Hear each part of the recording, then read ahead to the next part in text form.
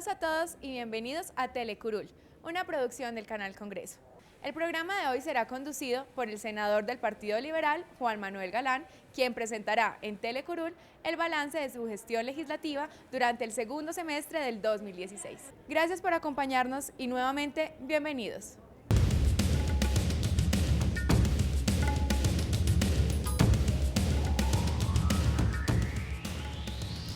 Bienvenidos a Telecurul, un programa del Canal Congreso. Tengo el agrado de estar con Diego Monroy, que es el jefe de la Oficina de Información y Prensa del Senado de la República y también un reconocido periodista que ha trabajado en medios como Blue Radio. Vamos a hacer una rendición de cuentas sobre lo que ha sido el trabajo legislativo en este año. Senador, muchas gracias por invitarme a su rendición de cuentas, a hablar sobre los diferentes proyectos de ley que tiene usted en trámite en estos momentos y también sobre importantes debates de control político de temas importantes para el país, como por ejemplo el del glifosato, que ha sido un tema polémico en los últimos meses y más con la llegada del nuevo fiscal general de la Nación, Néstor Humberto Martínez. Tuvimos la oportunidad de hacer un debate de control político sobre este tema que consideramos importante para el posconflicto, para los campesinos del país que están sobre todo en áreas donde hay cultivos ilícitos de hoja de coca. Consideramos que es equivocado retomar la política de las fumigaciones aéreas, que traen más daños que beneficios, que generan daños no solamente para los cultivos lícitos de los campesinos, sino problemas en la salud de estas personas, desarrollo de cáncer, pérdidas de embarazos no deseados, por ejemplo. Y creemos que esa inversión en esos recursos que son muy cuantiosos en las fumigaciones se podría invertir más bien en vías terciarias, en programas de desarrollo alternativo, sustitución de cultivos, que permitan que los campesinos puedan desarrollar cooperativas, asociaciones e invertir de una manera mucho más eficiente esos recursos que consideramos nosotros se malgastan en las fumigaciones aéreas. La aspersión del glifosato cayó siempre a los esteros, a los ríos pequeños, y esa agua nosotros la utilizamos, ¿no? Nos bañamos y eso recibimos nosotros esa contaminación bastante fuerte, porque después de habernos bañado no soportábamos nosotros la rasquiña, ¿no? Nos enronchábamos de la rasquiña y era algo desesperante, le voy a decir, que entre más se rascaba era que más le hacía ganas de rascarse. Senador, pero usted tiene ahí por decirlo, un gran logro o un plus con el debate, después de todo lo que ocurrió y la polémica que se generó cuando llega el fiscal, dice que se quiere otra vez fumigaciones aéreas. Después del debate se toma una decisión bastante importante para el pueblo colombiano, que es la erradicación manual con glifosato. O sea, ya no se va a afectar a las comunidades, a las fuentes hídricas y a los campesinos de esas zonas, sino se va a atacar directamente pues, el cultivo ilícito en tierra. Sí, no es lo ideal que se hagan fumigaciones terrestres, pero de todas maneras logramos que no se hagan las fumigaciones aéreas, que son mucho más negativas y perjudiciales para los campesinos, para estas zonas, que además se genera una desafección muy grande entre la fuerza pública y los campesinos. Cuando se retoman las fumigaciones hay evidencia de que la gente empieza a desconfiar más de las autoridades, empieza a tener una relación más confrontacional con la policía y eso es negativo para el propósito pues, de lograr una seguridad en los territorios. Ahí va a tener un papel importante el tema de la erradicación manual dentro de todo el posconflicto que se está llevando y también las llamadas zonas de concentración. Los integrantes de las FARC creo que van a tener un papel importante para ayudar a identificar esas zonas en donde hay cultivos ilícitos. Sí, uno de los compromisos que hay en el acuerdo de paz, como además medidas de justicia restaurativa, es que las FARC hagan actividades de desminado. Las minas antipersona están muy relacionadas con los cultivos ilícitos porque las zonas de cultivos pues están minadas para que la fuerza pública le sea más costoso y más difícil erradicar manualmente. Por eso es muy importante que en la implementación de los acuerdos efectivamente las FARC contribuyan al desminado para facilitar la erradicación de los cultivos ilícitos, ojalá sin necesidad de tanta fumigación, sino con el concurso de las mismas comunidades. Me imagino que el próximo semestre se hará un checklist a ver cómo va ese tema de la erradicación. Pues sí, yo creo que vamos a tener la oportunidad además en la discusión de los proyectos del Fast Track relacionados con el acuerdo del agro, de hacer un balance también de cómo va a ser el desarrollo de esa erradicación y ir monitoreando las hectáreas cultivadas, pero sobre todo también con otros indicadores en cuanto a la relación de la fuerza pública con las comunidades, en cuanto a la creación de nuevas asociaciones, cooperativas campesinas, de construcción de vías terciarias, todo lo que genera realmente una consolidación de la presencia institucional del Estado en esos territorios abandonados por el Estado, donde la única presencia no pueden ser aviones fumigando a estas comunidades. ¿Usted queda satisfecho con ese debate? Pues yo creo que fue un debate que logró posicionar el tema antes de que se reuniera el Consejo Nacional de Estupefacientes a tomar una decisión frente a las fumigaciones, y creo que logramos llamar la atención de la importancia de trazar una política de drogas con base en la evidencia, no con base en fórmulas del pasado que han demostrado no funcionar. Tenemos que generar unas políticas que se construyan sobre la evidencia para que tengan un impacto real en las comunidades y una transformación. Si le parece, y enlazamos el tema, porque no hablamos de las víctimas. Usted, como presidente de la Comisión de Víctimas, ha jugado un papel bastante importante y me gustó mucho lo que usted hizo este año, en los últimos meses, que se fue a la frontera e invitó víctimas del exterior a integrarse a esta comisión, a ver cómo va este tema. Pues sí, Diego, yo soy presidente de la Comisión de Víctimas del Senado, de seguimiento a la Ley de Víctimas del Senado, que la creó la Ley de Víctimas y de Restitución de Tierras, precisamente para periódicamente hacer un balance y un control político de cómo va el desarrollo de la Ley de Víctimas, pero también de ser un puente entre las víctimas y la institucionalidad, no solamente nacional, sino territorial, donde es muy importante que haya una apropiación de la Ley de Víctimas y un desarrollo en los planes de desarrollo que los mandatarios locales han trazado para su gestión. Entonces, gracias al apoyo de la cooperación sueca, la Embajada de Suecia nos acompañó para realizar unos foros regionales de la Comisión de Víctimas del Senado, sacar la comisión del Congreso y llevarla a los territorios. Estuvimos en Villavicencio, estuvimos en Carmen de Bolívar, estuvimos en Ipiales, como usted lo señala, estuvimos en Rivera Huila y en Barrancabermeja. Y el semestre entrante vamos a ir a Caquetá, a Putumayo, a Antioquia, vamos a ir al Catatumbo, a todas estas zonas donde las víctimas no han contado con una presencia de instituciones como la Unidad de Víctimas, la Unidad de Restitución de Tierras, la Unidad Nacional de Protección. Este tema de la seguridad de las víctimas es crítico para que no sigan asesinando a líderes sociales, de organizaciones sociales en los territorios. Es muy importante que la Unidad Nacional de Protección cuente con los recursos, haga los estudios de seguridad rápidamente para proteger la vida de estos líderes sociales que no pueden ser ni amenazados ni asesinados en los territorios. Se vivieron muy buenas experiencias, incluso me contaba el periodista de la Oficina de Información y Prensa que fue a cubrir todo el tema de víctimas, que las víctimas tienen un cierto sentimiento cuando se hacen este tipo de eventos, que hay llanto y hay reconocimiento y el saber que ya se está dentro del proceso de reconocimiento por parte de las FARC de la verdad, justicia y reparación es importante para ellas. Sí, definitivamente, por ejemplo, lo que hicimos en Rivera Huila, donde todo el Consejo de Rivera fue masacrado por las FARC, se hizo un acto de memoria, un acto de dignidad para las víctimas, de reconocimiento. Yo creo que este tipo de actos construyen realmente la paz en el espíritu y en la mente de las personas, que también es fundamental. No es solamente un tema de presupuestos, de proyectos, sino también es un estado de sanación de las personas, de reconciliación con el pasado, de pasar la página, mirar hacia adelante y avanzar, pero de recordación y de memoria, porque yo siempre he considerado que lo peor para una víctima, la peor revictimización para una persona es el olvido. El olvido es terrible y reconocer a las víctimas, reconocer el hecho del que fueron víctimas es muy importante. A hoy, senador Juan Manuel Galán, ¿qué hace falta, usted como presidente de la Comisión de Seguimiento a la Ley de Víctimas, qué hace falta para que esas víctimas no sean revictimizadas con todo lo que está ocurriendo en el tema del posconflicto y la llegada de las FARC a la vida civil?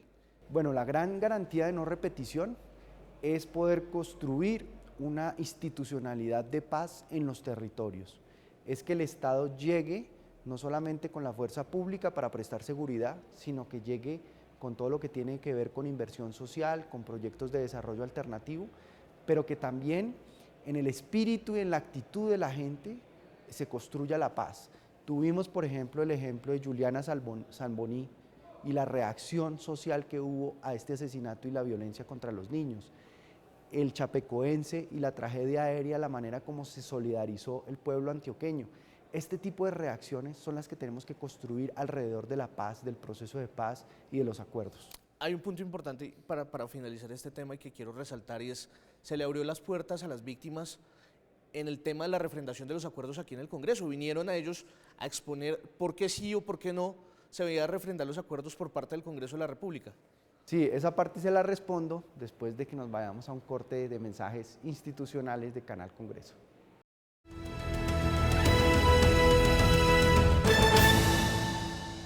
¿Sabe usted cómo se hacen las leyes en Colombia? Según la Constitución y la Ley Quinta de 1992, estas pueden ser estatutarias, orgánicas y ordinarias. El procedimiento se puede dividir en 3 partes: iniciativa, debates y sanción. ¿Quiénes pueden presentarlas? Cualquier congresista, algunos altos funcionarios del Estado y los ciudadanos a través de la iniciativa popular. Después de presentado el proyecto de ley, este debe superar 4 debates en el Congreso. Estos debates inician en una de las comisiones de acuerdo a la temática del proyecto de ley. Luego pasa a ser debatido y votado en la plenaria de la respectiva Cámara. Posteriormente, el procedimiento de debate se repite en la otra Cámara. Al ser aprobado en los 4 debates, el proyecto de ley debe ser sancionado por el presidente para que entre en vigencia y se convierta en ley de la República. Encuentra más información en nuestro portal web. Canal Congreso. Aquí vive la democracia. ¿Sabe usted quién puede presentar proyectos para que se conviertan en ley? En Colombia pueden presentar proyectos de ley los senadores y representantes a la Cámara, los ministros, las altas cortes, entre otros altos funcionarios del Estado, quienes poseen iniciativa legislativa. También la iniciativa legislativa es un mecanismo de participación que faculta a los ciudadanos, a concejales o diputados del país a presentar proyectos de ley o de reforma a la Constitución. Para presentar una iniciativa popular por parte de los ciudadanos se debe elegir un comité promotor de la propuesta e inscribir la solicitud. Luego se debe recolectar un número de firmas válidas igual o superior al 5% del censo electoral. Si se cumplen estos requisitos, la registraduría expedirá la certificación. Con esto, el proyecto de ley o de reforma a la Constitución podrá ser radicado en las secretarías del Congreso y deberá iniciar su trámite con mensaje de urgencia para que tenga prioridad sobre los demás proyectos. Encuentra más información en nuestro portal web. Canal Congreso. Aquí vive la democracia.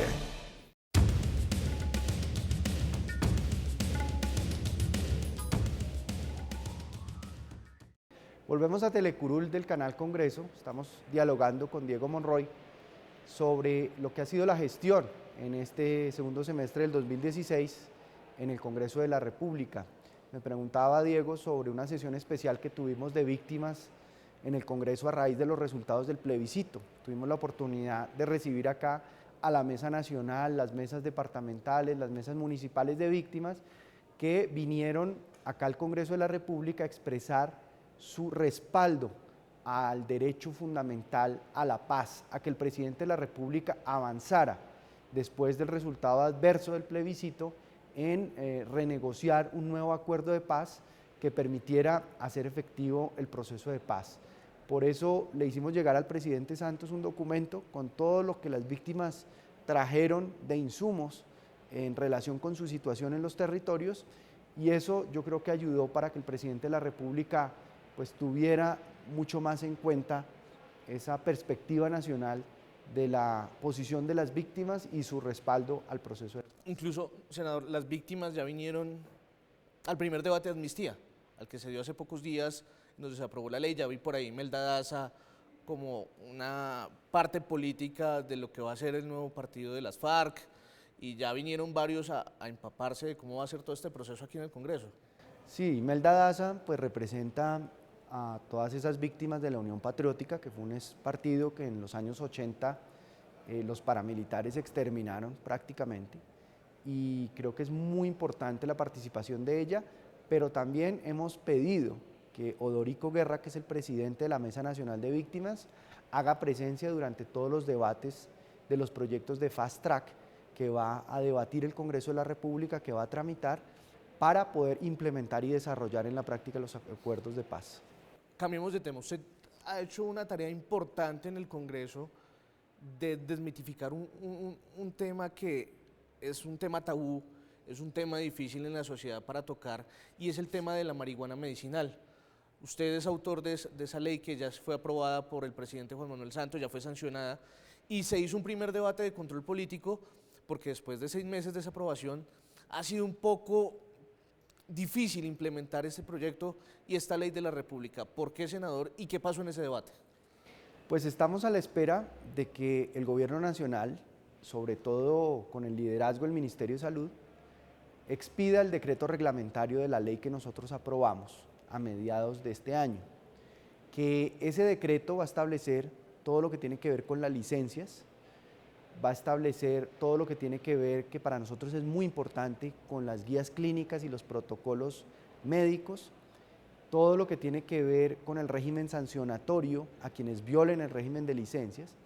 Había unas diferencias entre el Ministerio de Salud y el Ministerio de Justicia frente al contenido del decreto, pero esperamos que muy pronto la Presidencia de la República ya defina cuál es el texto que va a quedar en el decreto reglamentario, este pueda ser expedido y, digamos, se reinicie todo el proceso de regulación del uso medicinal y terapéutico de la marihuana. Nosotros propusimos en la reforma tributaria también introducir un impuesto para la marihuana medicinal. Consideramos que esto puede ser una oportunidad de recaudo de recursos para el Estado muy importante, pero que esos recursos también sirvan para alimentar a Colciencias y el desarrollo de ciencia, tecnología e investigación en relación con la marihuana medicinal, porque lo que sí no nos interesa, Diego, es que Colombia se vaya a convertir en una maquila de marihuana donde grandes empresas extranjeras vengan a abaratar costos de producción, saquen el producto terminado y no le quede ningún valor agregado a Colombia y sobre todo a los pacientes, porque nuestro criterio para adelantar este proyecto siempre fue acceso, calidad, precio y seguridad para los pacientes de Colombia en relación con una sustancia que les alivia su dolor y le mejora su calidad de vida. Senador, dentro del tema de la marihuana medicinal se generó en los últimos meses una polémica, y es por el tema de entregar a qué farmacéutica se le va a dar la licencia para poder comercializar el cannabidiol, la sustancia que se extrae de la marihuana para el tratar todas las afecciones y los problemas de salud. ¿Qué pasó con eso? Contémosles a los televidentes de Telecurul. Sí, fueron realmente 3 licencias otorgadas con base en una ley muy antigua que tiene Colombia, que es el Estatuto de Estupefacientes, que es la Ley 30 del 86, que ya está obsoleta en muchos sentidos, que hay que actualizar. Entonces, con base en esa ley, el Gobierno Nacional expidió un decreto que estuvo vigente 6 meses antes de que se aprobara la ley que nosotros propusimos, y con base en ese decreto se otorgaron 3 licencias. Nosotros consideramos que esas licencias eran precipitadas, que eran licencias además por las cuales no se cobraba ningún recurso, eran licencias además que no tenían un régimen sancionatorio, licencias que no pagaban contribuciones, tasas, impuestos, para realmente retribuirle al Estado lo que iba a significar el beneficiarse de una licencia para explotar la marihuana con fines medicinales. Por eso esperamos que en la regulación que va a expedir el Gobierno Nacional en el decreto reglamentario de nuestra ley, eso quede mucho más claro y más específico, y además quede claro que se requiere un beneficio para los pacientes colombianos, darle prioridad al beneficio del mercado interno, no solamente exportar la marihuana o convertir a Colombia, repito, en una maquila de marihuana, sino que realmente la ciencia, la tecnología, la investigación, el desarrollo tecnológico, el valor agregado alrededor de este producto se pueda quedar también para beneficio de los colombianos. O sea, el llamado es hacerle al gobierno, todo el tema es hacerle un llamado al gobierno nacional para que saque este decreto rápido, porque hay pacientes que necesitan de esta sustancia por todos los dolores que sufren con las enfermedades que padecen. Sí, hay una especie de fiebre verde en el país y en el mundo alrededor de la marihuana como negocio con fines medicinales, pero es muy importante que el INVIMA, el ICA, todas las autoridades colombianas intervengan para garantizarle a los pacientes un producto de calidad al cual van a tener acceso, que es seguro y que se los van a vender a un precio justo, sin unos precios exorbitantes. Pero para eso es necesario regular y también tener en cuenta los pequeños productores y cultivadores que, por ejemplo, en el departamento del Cauca vienen tratando de regularse, vienen tratando de legalizarse, de formar cooperativas, asociaciones que el gobierno nacional les prometió que los iba a apoyar en ese sentido para beneficiarse de la ley de la marihuana con usos medicinales. En 6 meses nos vemos y volvemos a hablar sobre este tema, a ver qué pasó. Hacemos el balance de la aprobación de este decreto y de su aplicación. Y pues ahora nos vamos a otro corte de mensajes institucionales en el canal Congreso para regresar a Telecurul.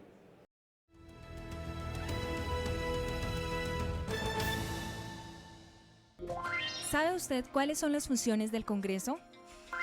El Congreso de la República de Colombia desarrolla múltiples funciones esenciales para el funcionamiento de nuestra democracia. Estas son asignadas por la Constitución y la ley. Tiene, entre otras funciones, la función de reformar la Constitución mediante actos legislativos. Además, crea, modifica y anula las leyes. Así, el Congreso establece, por ejemplo, cómo se van a invertir los recursos de los colombianos. También tiene la facultad de citar a ministros y a otros funcionarios públicos para indagar, obtener información y exigir acciones frente a su gestión. El Congreso elige a algunos de los altos funcionarios del Estado. Además, puede, si es el caso, investigarlos y juzgarlos. Encuentra más información en nuestro portal web. Canal Congreso. Aquí vive la democracia. ¿Sabe usted cómo está conformado el Congreso de la República?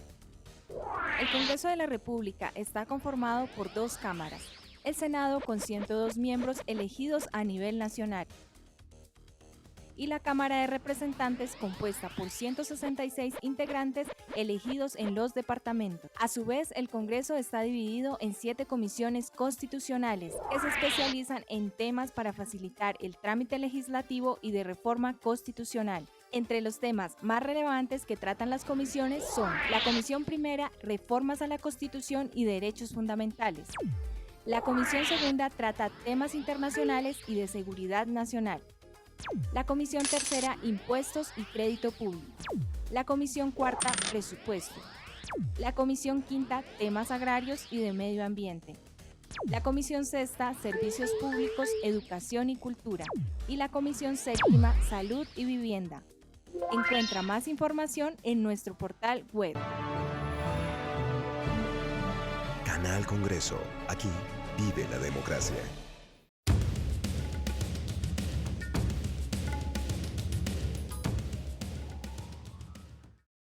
Regresamos a Telecurul en el canal Congreso. Estamos dialogando con Diego Monroy sobre lo que ha sido el balance de estos 6 meses de año 2016 de la legislatura, de los proyectos de ley, de los debates de control político que hemos venido realizando.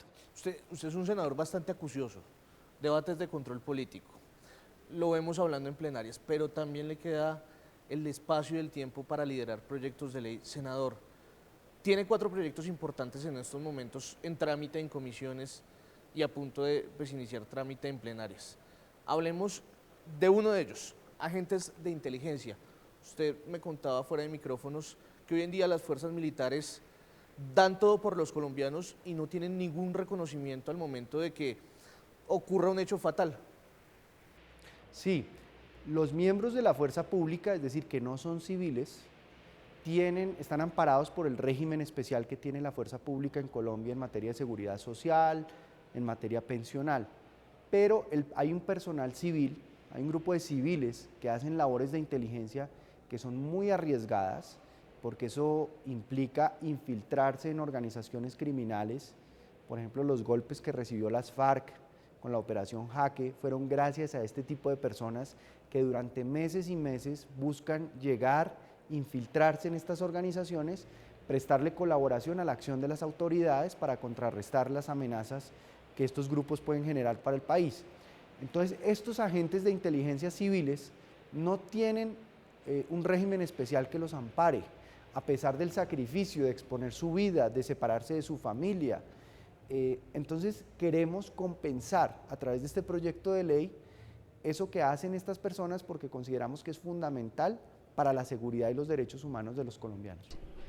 Yo soy agente de inteligencia y en el desarrollo de mis funciones tuve un percance con el enemigo. Fui abordado por el enemigo, el cual me propinó varios impactos con arma de fuego. Estos impactos de arma de fuego causaron gran daño a mi salud. Por la ley prestacional y por la ley que tenemos, debemos continuar laborando. Yo, enfermo, como estoy con mis dificultades de salud, tengo que seguir laborando. ¿Cómo va a ser ese proyecto? Estamos en Comisión Séptima de Senado haciéndole unos ajustes para que el señor ponente, que es Luis Ebelis Andrade, pueda de nuevo presentar el proyecto ante la comisión y sea votado por consenso. Esperamos en marzo retomar esta iniciativa. Hablemos de otro de los proyectos, el proyecto de ley para elevar a distrito petroquímico, portuario y turístico al municipio de Barrancabermeja. Es un municipio que genera muchísimo petróleo y además que es un destino turístico para que los colombianos vayan y lo conozcan. Así es, con Barrancabermeja hay una deuda histórica que tiene Colombia, especialmente Reficar, en donde el país está escandalizado por los sobrecostos, pues a Barrancabermeja se le había prometido la ampliación de la refinería, una inversión de más de 2.000 millones de dólares. Y de la noche a la mañana, por la caída de los ingresos de Ecopetrol, por lo que pasó con Reficar, Ecopetrol le dijo a Barrancabermeja: señores, ya este proyecto queda suspendido, queda congelado hasta nueva orden cuando haya recursos. Pero resulta que los barranqueños se habían endeudado para prepararse para la extensión de la refinería y la inversión que iba a llegar. Los constructores hicieron construcción, los hoteleros, los restauranteros, los comerciantes, y quedaron, como se dice vulgarmente, colgados de la brocha, endeudados, sin que nadie les respondiera por esa inversión que habían hecho. Entonces, esta declaratoria de distrito petroquímico, portuario y turístico es una compensación que recibiría Barrancabermeja, que es una ciudad además estratégica en el Magdalena Medio, puede convertirse en un polo de desarrollo en materia turística, en materia portuaria, en materia petroquímica, que es lo que le da valor agregado también a la industria del petróleo, y creemos que Barrancabermeja se merece desde hace muchos años ese estímulo, ese reconocimiento por parte de Colombia, más aún con lo que le hicieron de dejarle en el aire la ampliación y modernización de la refinería. Es una iniciativa supremamente importante, necesaria para la ciudad, que cuenta con todo el apoyo y el respaldo de la administración municipal, y esperamos que cuente con todo el apoyo y el respaldo de cada uno de los barranqueños, porque es una iniciativa que es importante, que nos da herramientas, sobre todo a lo que hemos planteado acá, mirar más allá del petróleo. ¿Cómo va a ser el proyecto, senador? Estamos adelantando los conceptos previos que se requieren ante la Comisión de Ordenamiento Territorial Nacional para que venga al Congreso y podamos tramitarlo lo más rápidamente. Nos hemos comunicado, sobre todo con Planeación Nacional, hay una gran voluntad del director Simón Gaviria de avanzar en otorgarle un concepto favorable a este proyecto y que podamos tramitarlo en el Congreso de la República a partir del semestre entrante. Hay otro proyecto muy importante y me gusta mucho ese proyecto, que es el Código de Ética Médica. Usted me dice que se va a modernizar porque, como todo en este país, es arcaico y obsoleto y no está vigente a lo que sucede hoy en día con los médicos. Cuénteme de este proyecto. Efectivamente es un nuevo Código de Ética Médica que actualiza el viejo código de los años 80, que ya está obsoleto porque la profesión de la medicina, la relación entre el médico-paciente, las nuevas tecnologías, los nuevos medicamentos, el acceso a la información que tienen los pacientes, han evolucionado mucho y es necesario actualizar la legislación. Trabajamos este proyecto con la Academia Nacional de Medicina, con la Asociación de Facultades de Medicina, con el Instituto Nacional de Bioética, con los tribunales de ética médica, para que esta legislación le permita a los médicos, a los pacientes, a todos los actores en todo este proceso de curación, que no debe ser solamente curación, sino ponerle más énfasis a la prevención y a la promoción en salud, mejorar la profesión y mejorar la regulación que rige en esta materia a los médicos de nuestro país. Ya pasamos segundo debate en la plenaria del Senado, vamos para la Cámara de Representantes. ¿Hay voluntad política para sacar adelante este proyecto? Creo que hay un consenso que se ha generado bastante amplio y en la Comisión Séptima de Cámara lo vamos a ver reflejado. Y finalmente, hablemos rápido, que ya se nos acaba el tiempo, del tema de declarar patrimonio pedagógico al Instituto Nacional Pedagógico. ¿De qué se trata este proyecto y por qué hacerle este reconocimiento? Pues el Instituto Pedagógico Nacional es un colegio público que depende de la Universidad Pedagógica Nacional. Toca muy de cerca mi corazón porque yo soy exalumno del colegio, me gradué del Instituto Pedagógico Nacional como bachiller pedagógico en el año 89, ya hace varios años. Y el colegio va a cumplir 90 años, lo fundaron las misiones alemanas de educación a principios del siglo XX, pero es un colegio que está acumulando un déficit de 8.000 millones de pesos al año porque depende de la universidad pedagógica que ha sufrido recortes presupuestales como todas las universidades públicas. Entonces queremos garantizarle a través de las cooperativas que deben aportar el 20% de sus ganancias a la educación, reinvertir esos excedentes en educación, que a través de la reforma tributaria reinvertan esos excedentes también en la universidad pública y eso le llegue al Instituto Pedagógico Nacional para sostenerse y mejorar la calidad del servicio que le ha prestado educativo a los colombianos a lo largo de su historia. Mi nombre es Tatiana Rodríguez, estoy en quinto grado del Instituto Pedagógico Nacional y pues mi colegio es importante para mí porque creo que es un colegio que a diferencia de muchos otros fomenta nuestros talentos y nos ayuda a saber como nuestro camino para seguir nuestra vida después de nuestra salida del colegio. Creo que es importante esto porque ayudaría a una mejor educación de muchos niños que pues necesitan de eso, pero no tienen los suficientes recursos económicos para poder pagar una educación y porque demostraría ante la sociedad que la buena educación no solo se consigue en colegios privados, sino que los colegios públicos también pueden dar una buena educación. Pues ahí están el trabajo, los proyectos, los debates de control político, lo que hizo el senador Juan Manuel Galán durante 6 meses, mucho trabajo, aún le queda una legislatura para seguir sacando adelante proyectos. Usted siempre le tiene sorpresas a los periodistas de erradicación de proyectos bastante polémicos, pero que terminan siendo realidad y beneficiando a los colombianos. Solo una frase para mencionar el proyecto de cabildeo, que es de Carlos Fernando Galán, senador. Vamos para segundo debate en plenaria del Senado y va a regular una actividad que es muy importante para la transparencia de una democracia como es el ejercicio del cabildeo. Y pues yo le quiero agradecer mucho, Diego, por haberme acompañado en esta charla, en esta rendición de cuentas. A todos los televidentes, gracias por estar acá, por acompañarnos, por escuchar este informe y los esperamos en una próxima ocasión en Telecurul, acá en el Canal Congreso.